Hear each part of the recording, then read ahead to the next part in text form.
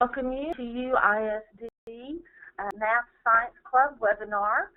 This is the webinar we're doing on actuarial science, managing risks facing today's society. We'd like to welcome all of you that are first-timers coming into our webinar series.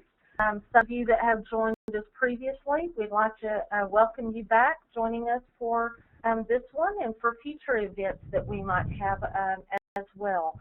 Just to remind, I am recording this presentation so that the recording can be downloaded as well as watched and listened to at your own convenience after we complete the presentation today.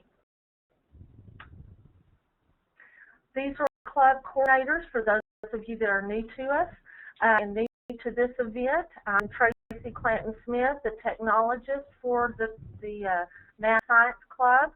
We also have our science coordinator is Sharon Story, and we have our math coordinator is Pam Summers.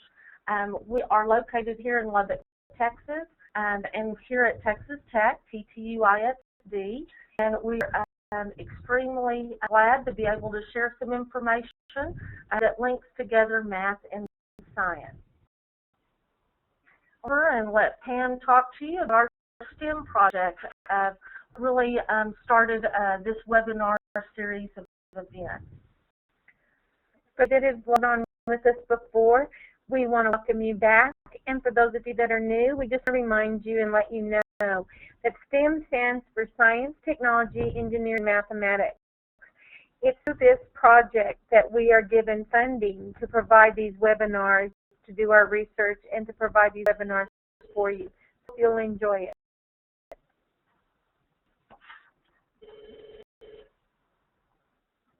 Okay. We're going to move right on and talk about, we want to go into actuaries and have a little introduction, and then I'll share and introduce to you our first speaker. Go ahead and let Ms. Payne talk today because we know that her schedule is very, very full. We're so excited that she could join us. You're looking at a picture of Mrs. Joy Ann Payne.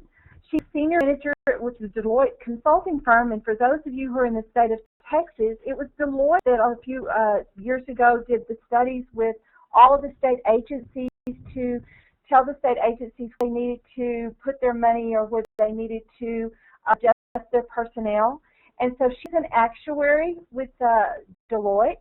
And so, Mrs. Payne, would you take just a minute and tell us a little bit about your educational background and where you graduated high school from? Thanks. So I am originally from the island of Barbados in the Caribbean. So I went to high school there, and the school there was a focus on the sciences and math. So I kind of knew that that's what I wanted to focus on in college. And I wanted to attend a university where I'd have the opportunity to study actuarial science.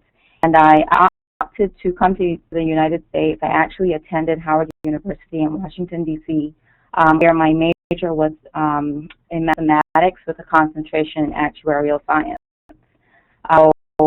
You know, whereas some math majors focus more on theory, a lot of the classes that I took while in college actually focused on actuarial science and focused on preparing me for some of the actuarial exams that I would be taking after I graduated. You talked a bit about Howard University in Washington. Does Howard University have an actuary program that you major in at that college?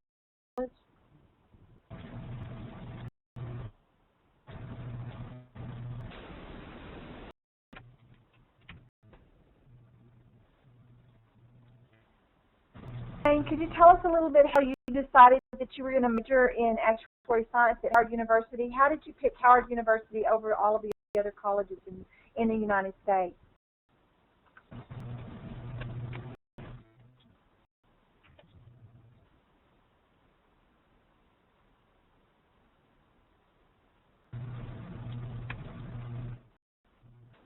So it looks like we had a little bit of a delay there.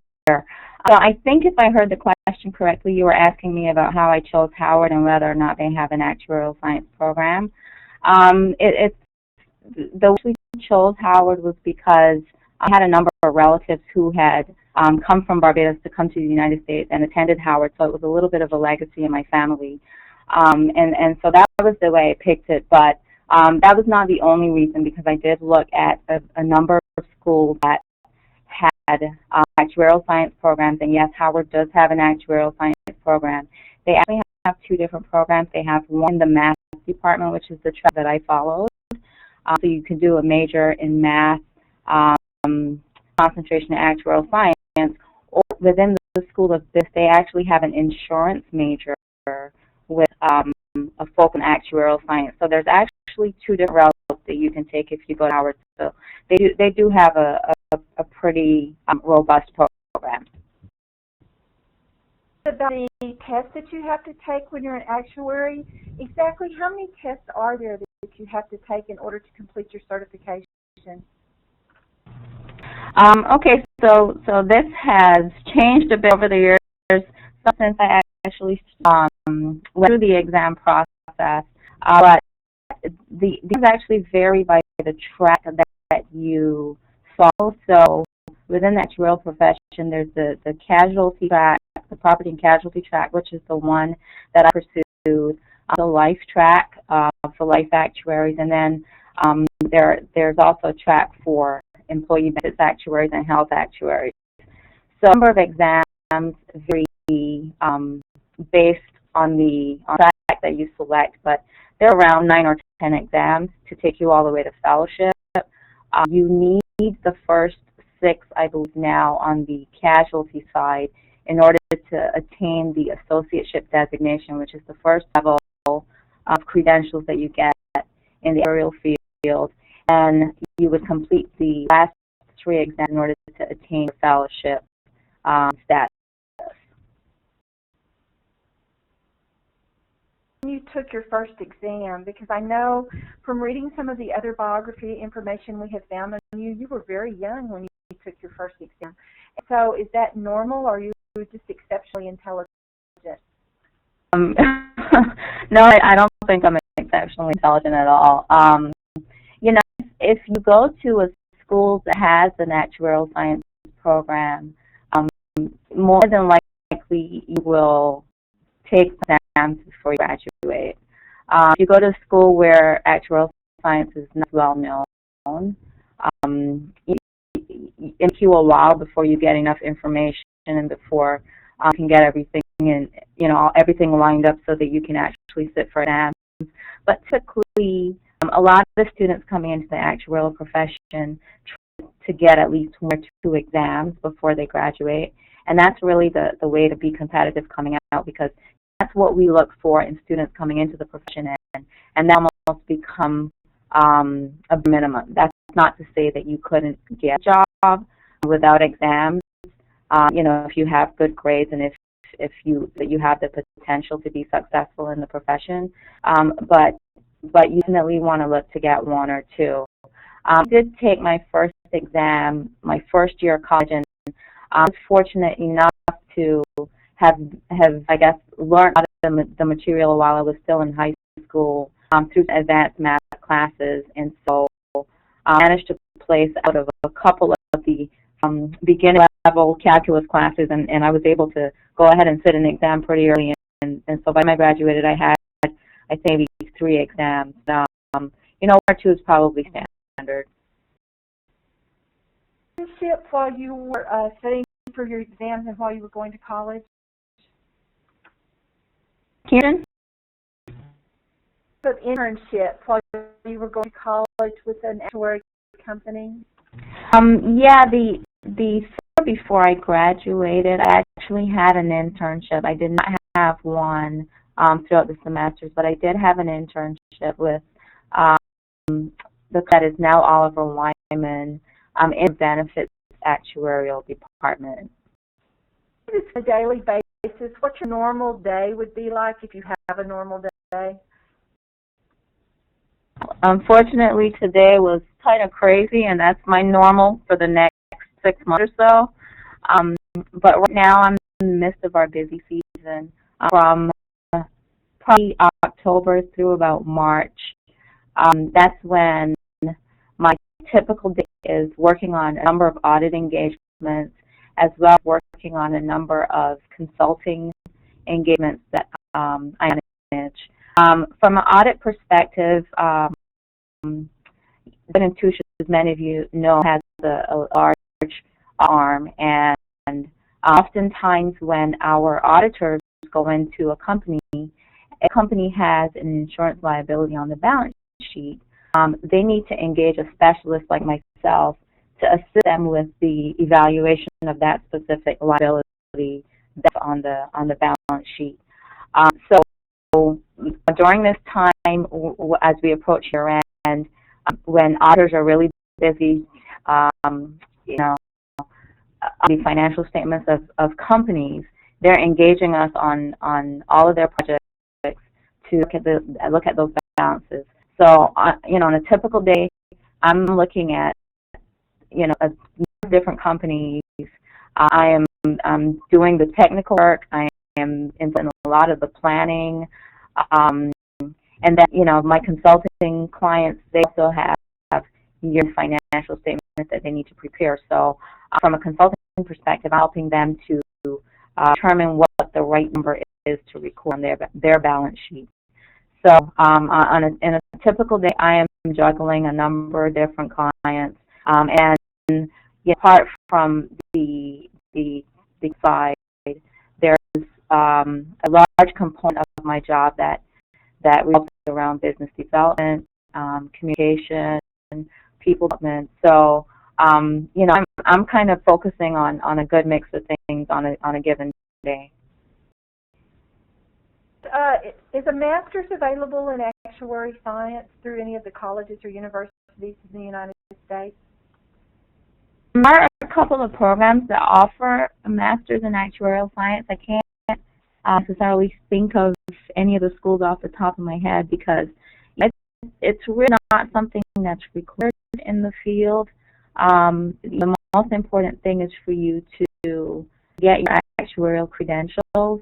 You know, of course, there's other aspects to this program, other benefits that one get from participating in such a program, but it's not necessary. So it's not offered at many schools, but there are some schools where you would find it offered. But it's the credentialing process that's the most important. Is there some kind of review session, like I know for lawyers, in order to study for the bar, they have cram sessions right before the bar? So are there processes or are there courses like that are available for actuaries to take? They actually are. There are a number of seminars that you can attend to help you prepare. A lot of the study, of course, is self-study. But you know, just as you mentioned, that cram session that's needed to really help you understand the material and get for the exam. There are seminars that last maybe 5 or 6 days, quite intensive in nature, that you can attend. And recently, there have been a lot more online seminars that are being offered. When I was taking the exams, there were only 2 or 3 different organizations that actually offered seminars. But now there's a lot more options, and the online seminars seem to be becoming a lot more popular, and I think maybe a little bit more self-paced than some of the intensive seminars that I participated in. Can you tell the students that are out there taking high school mathematics, because I've been a math person forever and ever, and the experiences that most kids have with math is not always pleasant. But could you talk to them a little bit about the importance of them staying with their math and pursuing it? Math is used in so many aspects of our life, not in the actuarial profession, but in the financial world. And being in the classroom, you may not be able to see all the real applications at the time, but if you sort of investigate all the things around you, if we do focus on the actuarial science profession for and then you think about insurance, and you think about risk, and you think about probability, and you know, there's so many aspects of our life that are considered. You know, how do you purchase auto liability insurance? All of these things involve math, and so you know, in today's world, as opposed to just thinking about, you know, just getting through in your classes, there's a lot of material out there that helps you to see the real application of mathematics, and you know, when you get through it all and you really start to connect the dots, that's when you really begin to see the rewards of it. But it's definitely worth sticking with, being committed and dedicated, and just pushing through. People in their math classes think that math is kind of monotonous. You just work the same problems over and over and over. So now that you have the experience and you have a job in the field, would you say that your life is monotonous as far as work is concerned? We're more monotonous, to be honest. You know, again, definitely not, because real life application, like I mentioned, of math is very different than you learn in the classroom. What you learn in the classroom provides foundation for you, you know, to be able to go on and solve much larger problems.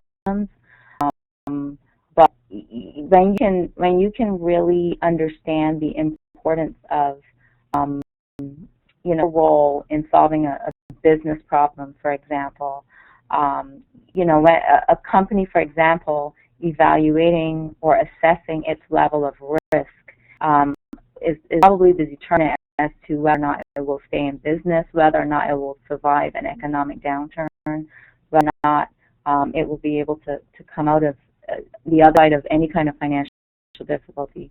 So, you know, when you really contemplate the magnitude of some of these processes and the work that we have, it is in no way monotonous. Able to see the business side is just it's a complete different side than just sitting there and solving math problems. So they're not monotonous. And if kids have any questions, then Tracy will forward those to you.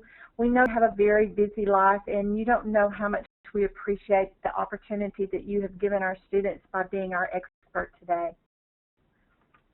My pleasure to participate. I really hope that people, all the students listening, got something out of this, and you know, I'm definitely happy to answer any questions about the profession, about the journey, the process, any questions that may come up after the fact. You know, Tracy and Sharon and Pat have my contact information. I'm definitely happy to speak with them who's interested. And have a great night. Thank you. Same to you. Now, just a little bit about the fact of what he does on the insurance process, because he has to look at the risk and the things that will affect your car insurance, because y'all are now all to the age that you're wanting to drive cars, and from an insurance perspective, you are very high risk. So, Mr., could you tell us just a little bit about your educational process? Educational process. Well, I've got a marketing degree from Texas Tech University. After I graduated, I went right into the insurance business as an agent, and from there forward, I mean, you never stop to take classes and being trained, and it's just a continual process because things change so much, and plus, you just can't know everything, and education is ongoing.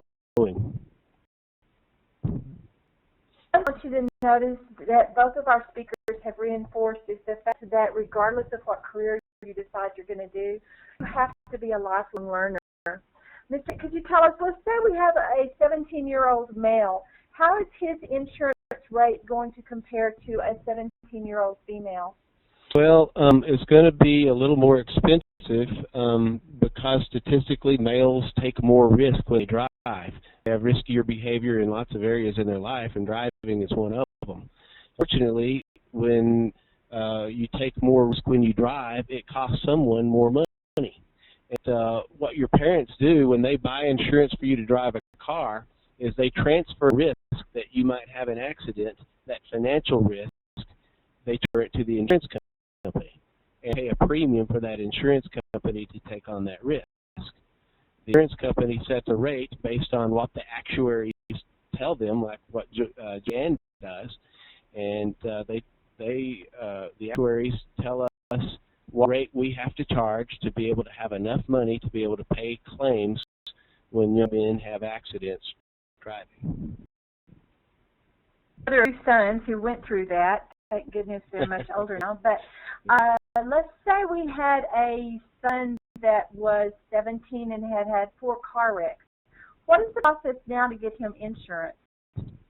Some companies won't write a young man or anyone that's had 4 at-fault accidents, say, in a 3-year period of time.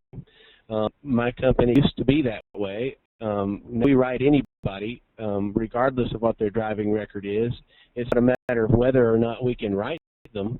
It's a matter of how much are we going to charge.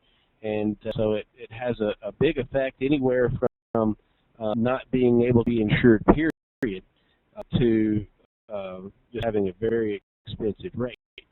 Because statistically, if you had an accident, you're statistically more likely to have another one in the next 3 years. If you've had 4 accidents, most insurance companies look at it as not if you are going to have another accident in the next 3 years, but when are you going to have another accident, and how severe is it going to be?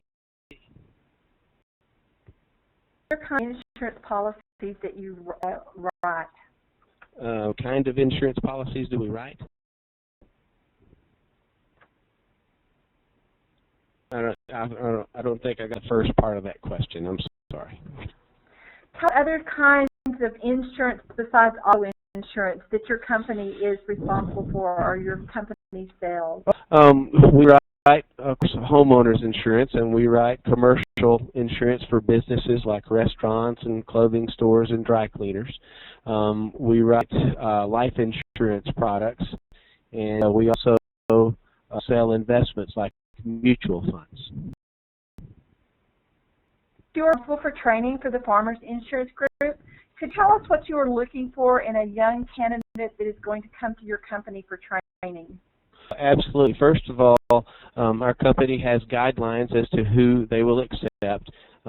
Usually, it has to do with 4 different areas that they'll check out. They'll check out a person's criminal history and their credit history, regulatory history, which means if they've already been licensed as an insurance agent somewhere or maybe a real estate agent. They'll check with the body that regulates that industry to see if they've done dealings with their clients, and then also their driving record. And so if you're in shape in any of those areas, that could keep you from becoming an agent with my company. Another thing that we look for is just an ability to prospect, an ability to be able to talk to a lot of people, because our part of the business is a numbers game. If you talk to a lot of people, make a lot of presentations, then you'll make a lot of sales and you'll do well. The other things that we look for are the education. We want to have at least a bachelor's degree. It's not with our company a requirement, but we sure look at it a lot heavier. Stability is another thing. If you've changed jobs several times in the last years, then that means that you probably wouldn't stick with this one very long, because it's kind of difficult to get started. When you start an insurance agency with most companies, you're not an employee. You're actually building your business, usually starting your own insurance agency from scratch. So stability is something that we look for. There's just a lot of characteristics, but are you responsible? Do you have good integrity? Do you dress well? I mean, all of those kinds of things we look at and try to form an opinion of whether or not a person has a chance to be successful long term. Looks at Facebook and what has been posted on Facebook before employment. I absolutely do, and I've found some very interesting things on Facebook from time to time. I take all of that with a grain of salt. I'm a pretty good sense of humor, and I don't know what you might find on my Facebook page, but you do need to be careful what you put on there. You don't want to create negative impression, because I promise you, employers do look and see what kind of person that they're looking at hiring, and they look at every resource that they can find, because they don't want to make a mistake. When you hire somebody or you put someone in business, mistakes can be very, very costly. They can cost a lot of money long term, and so it's good to make sure that your Facebook page reflects what kind of person you want to be known for, and what kind of person you really are. Day for us? A typical day for me is, I guess in the mornings, check all the messages in the email. You get a lot of that. And then we usually, on days like today, we had a training class where we talked a lot about the policy contracts, the editing rules, what is acceptable as a risk and what is not, what makes a house acceptable or what makes the client acceptable, not acceptable, those sorts of things. Lots and lots of questions from the new agents. We keep the agents close to us here at our district office because they just have so many questions. In this business, the depth of what you need to know isn't that great, but the width of it, I mean, there's just a lot of things you need to have a pretty good handle on. And so would be available to the new agents to help them answer those questions until they get familiar enough with what they're doing. In the afternoons and evenings, help out a little bit with prospecting. We teach the agents, how to reach people, how to market, how to get name in front of people, how to get people across desk from them so that they can make presentations.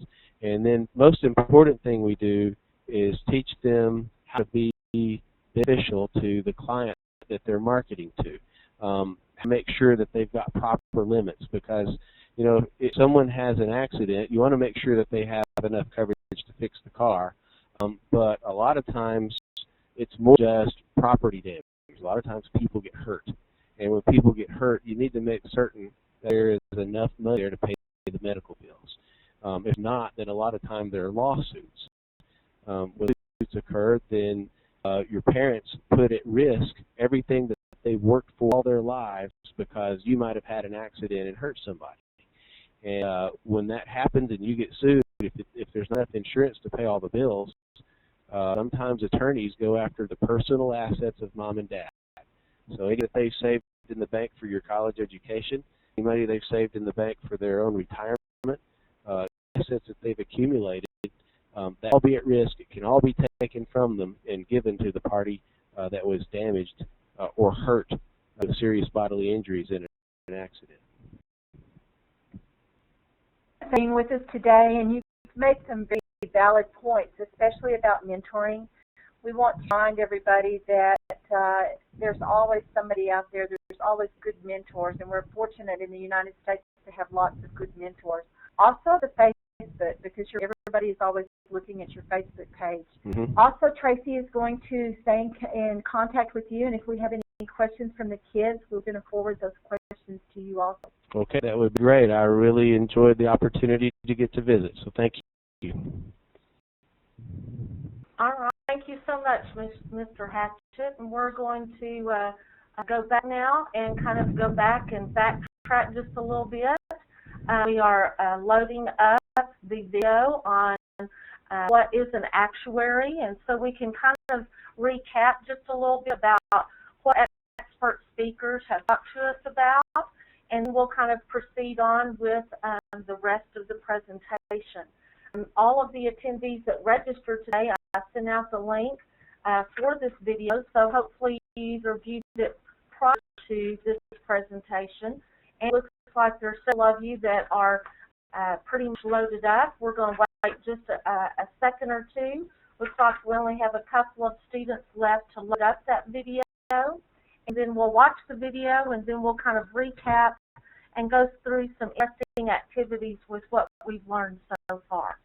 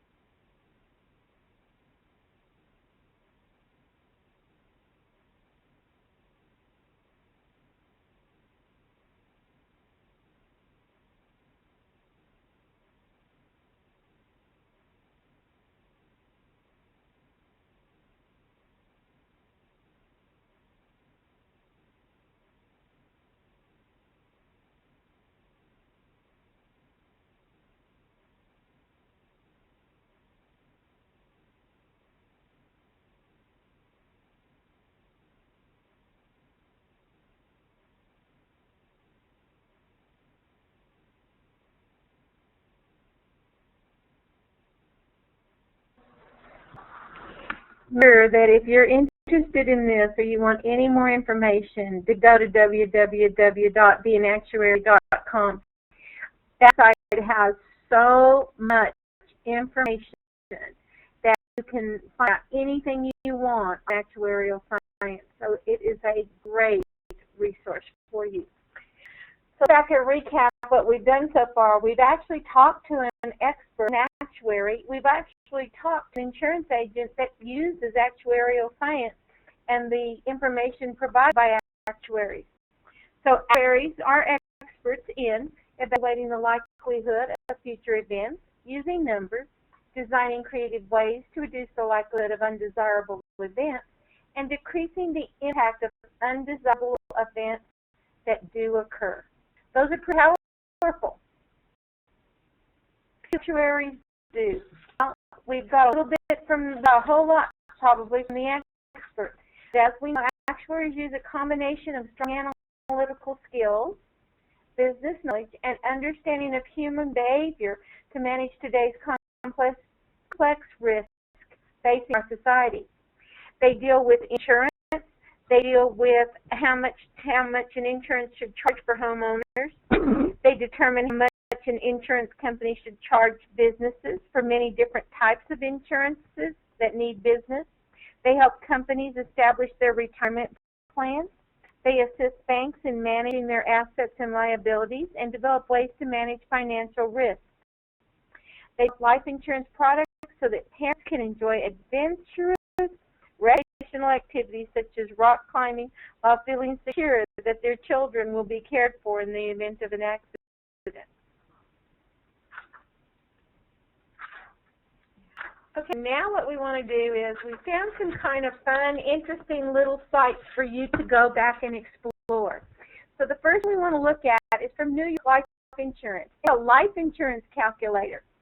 I know that as we get older, we think about life insurance, and in this time, if you'll ask your parents, you'll find out a whole lot of things about life insurance. Sometimes when babies are born, you have grandparents and parents and different people that actually purchase life insurance policies for babies, and they purchased it at an early age when the baby's born because it's pretty cheap and the premiums are not very expensive, and then this money is not necessarily used away for expected after death. It's just when it comes time for somebody to go to college or to have some money to do some things. You can actually build up money into this. If you're interested in this, you need to look more into, talk to your parents about life insurance. See what's going on. If you have questions about it, let us know. This is kind of a fun little site because this site, it says life insurance, how much life insurance do I need? So let's talk about it. The younger you get, the more expensive it gets, I can tell you that. But the younger you are, the more you can get and the less expensive it is. Plan the financial needs of your servers is one of the most important and fundamental signs in creating a sound financial strategy for you and your family. Now, these are things that you would talk about with your parents. When you use this website, you're going to see a calculator that looks like, and you're not going to see just all of everything that you're going to see is on this page. What we did was a screen capture from this page. But you start by putting in what is your current age. You're going to put in your spouse's current age. Of course, I'm hoping that none of you at this point have a spouse because I'm hoping that you're still single and enjoying high school life. Current annual income, spouse annual income, etc. So you may want to look at this, or you may just want to play with it yourself. You're going to keep going and you're going to put in information, and then it's going to pop up and it's going to tell you some things about what kind of life insurance you may want to buy. Another that we found that I really liked was the longevity game. And it takes a little bit to load, but once you load this game, what it comes up is a screen that asks you what your gender is. What we found so amazing about this was the fact that we're sorry, gentlemen, but life expectancy just because male is 2 to 3 years less than the female that is sitting across the table from you whenever you have a date. So one thing that you want to be sure that you do if this is somebody that someday you're serious about, or someday when you are serious, you want to make sure that you have life insurance to take care female spouse that is going to outlive you, because we'll know that they probably are, because you can look at the longevity calculator. So the next screen that you look at after you load it, it asks you for your age, and so we start with a 17-year-old male and a 17-year-old female. Then you click on it and asks you whether you are male or female. One thing that was really neat about this game also is if you go down to the bottom where it says something to think about, it brings up a screen that tells you some things that you can do and you can make a lifestyle commitment to increase your longevity. And as Pam and I both know, at our age, it's very hard for us to make a commitment to anything. But at your age, it's really easy for you to make commitments because they will become a lifestyle as young as you are. So it says that if you are a 17-year-old female, to try to eat healthy, that you exercise regularly, and you eat whole grains, and you do that your life expectancy right now is 81 years. So you have 81 years to decide what you're going to do with your life. So you've got time to be an actuary, plus you go back after you've done 30 years as an actuary and do 30 years in another career because your life expectancy is that long. The next screen then shows us what exactly happens to you when you are 17 years old and you decide that you're going to eat just a little bit too much and you become a little bit overweight. So let's say you are a 17-year-old male and you are 5'10" and you are 150 pounds or 155 pounds. Your life expectancy at that is 75 years. That's probably about an average weight, maybe just a little bit skinny for you gentlemen, especially if you're playing football. But what happens if you get an extra 10 pounds? You go 165 pounds, you are automatically decreasing life expectancy by 2 years. And then what happens if you go to 225 and decide you're going to be that defensive lineman for the football team? You your age to 72, a life expectancy of 72. Also, again, over the corner, when you look at each one of these, there is a column that says wisdom weight, and it gives you a little bit of hint about obesity and what happens with obesity. The fact that it is the cause of type 2 diabetes, heart disease, and some types of cancers. You establish your eating habits at an early age. So it's real easy right now for you to start trying to make good eating and good habits a lifelong career or a lifelong subject. When you next screen, it asks you to put in your family history. Because whether we like it or not, we are a result of the mother and the father that you have. So that your genes are going to control your longevity to a certain extent. For an example, my family has type 2 diabetes is really, really predominant. My family, my siblings, my mother, all of her brothers, all of her sisters have all been diabetic. What I was so interested about this screen was that even though I have it in my family genes are only going to control 30% of my health. I control the other 70%. So by controlling my diet, by exercising, by making sure that I stay at a healthy weight, I still don't have to worry about it affecting my longevity. So you are controlled by genetics by 30%. Then the things that goes through and it asks you other questions, which now I hope that y'all all have no problem with blood pressure, no problem with stress. You probably all are exercising because I know you're very involved in athletics. Your eating habits are really, really great. You're eating whole grains. You're not eating candy. You're leaving the soda pops alone. So that your eating habits are good. But now look at the things that it also asks you about that also affect your longevity. Whether you use a seat belt. Did you ever think about the fact that every time you get in that car, whether or not you use your seat belt could affect how you live? Driving habits. You know, if you're going to be somebody who decides to red lights and drive a little bit fast, then that is going to affect your longevity. Whether you drink or drive, and hopefully at this age, that's not a problem with any of you. Smoking. We all know that smoking, even if you just smoke for 5 years and then you quit, it still is going to affect your longevity. The use of drugs, and this just doesn't mean recreational drugs. There's lots of drugs out there. Like, I am addicted to caffeine. I have to have my tea and my coffee. That's a drug. So you also want to look at the fact that caffeine, as you know, there's been a lot of studies done with caffeine. It also will affect your life. So I want to know at your early age that every decision that you make is affecting your longevity. And when you get to be 79, you don't want to think about the things that you should have done in order to make sure that you live to be 82 so that you could see those great-great-grandbabies. Now that we've talked a little bit about good health and good habits, hopefully we all live a little bit longer and we do something to contribute, and we know we have control of 70% of what goes on. It's up to us to try to do something. To the subject of actuaries, and we talk about risk, it's important to know that risk comes in many forms. And every organization faces risk. And actuaries measure and manage risk. They provide a necessary need in our society. So that math nerdiness in me tells me what a fun occupation this could be, because if you like statistics and you like to look at chance and at risk and see how trends and how numbers predict what's going to happen, this would be the job for you.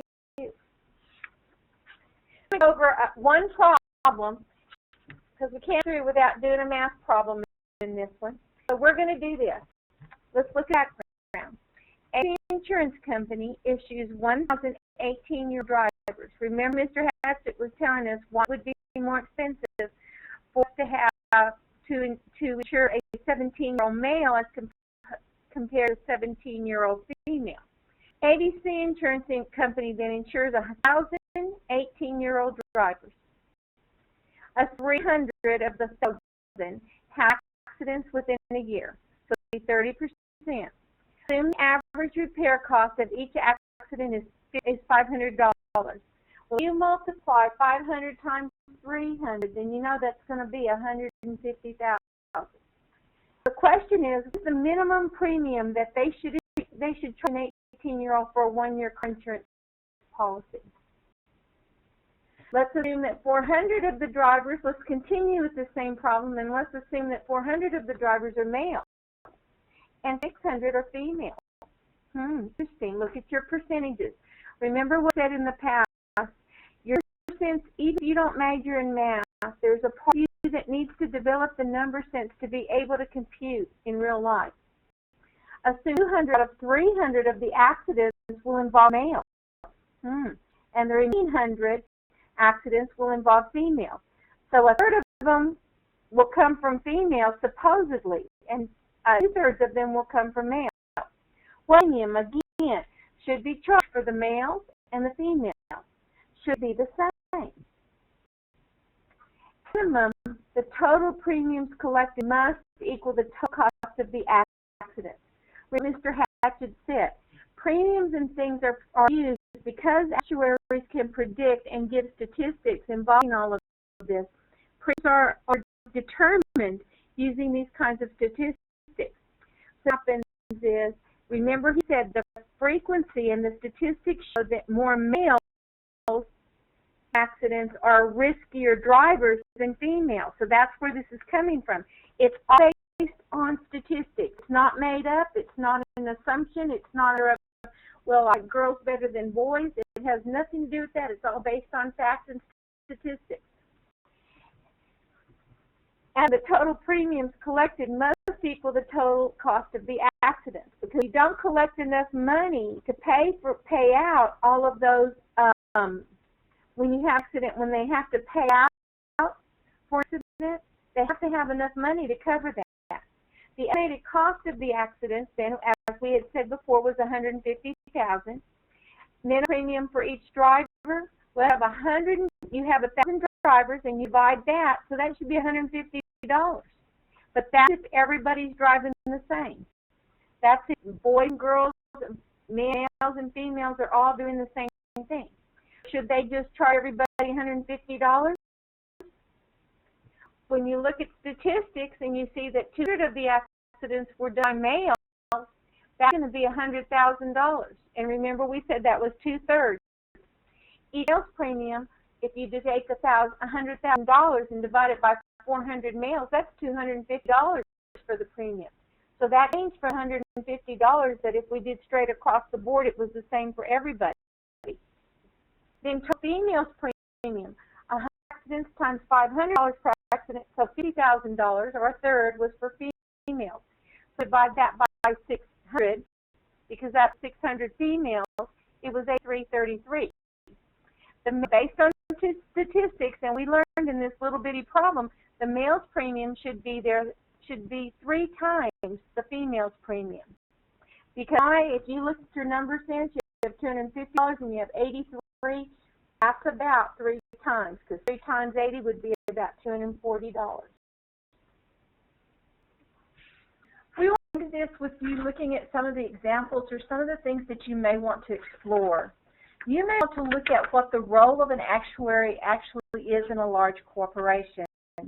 If you have questions about this, remember we have 2 wonderful experts with this presentation that will be glad to answer your questions, that you can email the questions to Tracy, and then Tracy can forward those on.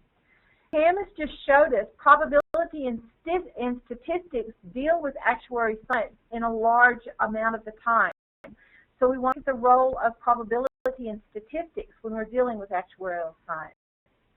One field of math also considered to be a science.